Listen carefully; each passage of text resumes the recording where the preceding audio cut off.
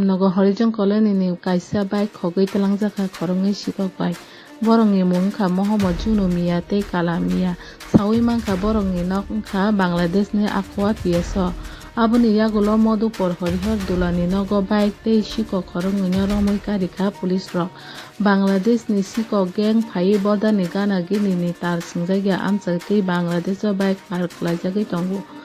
Aboni logi hastini Sikok rokni bo yak tongo hwnwi saka police rok joto Sikok gang rongo police rok romnani jaitugui tongo hwnwi saka SDPO Deprasad Roy.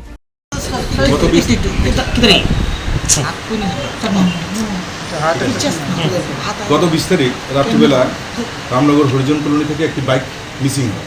প্রথম তো মিসিংই হয়, বোঝা যায় না সেটা কি। তারপর পরবর্তী সময়ে এই ঘটনা যখন থানাতে আসে, থানাতে রিপোর্ট হওয়ার সাথে সাথেই থানার বড়বাবু এবং বিশেষ করে বটতলা আউটপোস্টের ওসি ওনারা ঘটনাটির সঙ্গে সঙ্গে বর্ডারিং এরিয়াগুলি যেখানে বিএসএফ বিওপিগুলি আছে, যেটা আমাদের এপ্রিহেনশন থাকে সবসময়, সেটা বাংলাদেশে শিফট করা হয়।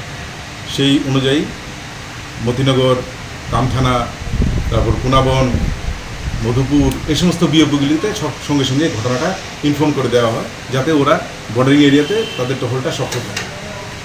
তো সেই নজরদারির কারণে মধুপুর থানার পুলিশেরও একটা ভালো অ্যাক্টিভিটিস এবং আমাদের মানে প্রম্পট ইনফরমেশনটা ওদেরকে শেয়ার করার কারণে বিএসএফও সেভাবে তৎপরতা দেখায় এবং বিএসএফ এবং পুলিশের যৌথ রেডের ফলে বাইক এবং সঙ্গে চোরসহ ধরা পড়ে।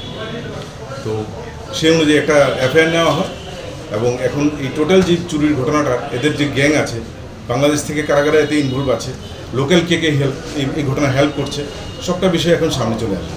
তো এটা তদন্ত সাপেক্ষ। তো এই ধরনের আমাদের এই সফলতা আগামী দিনের বাইক চুরির ক্ষেত্রে অনেকটা আমরা নিয়ন্ত্রণ করতে পারবো বলে এটা আমাদের আশা। কতজনকে আটক করা হয়েছে?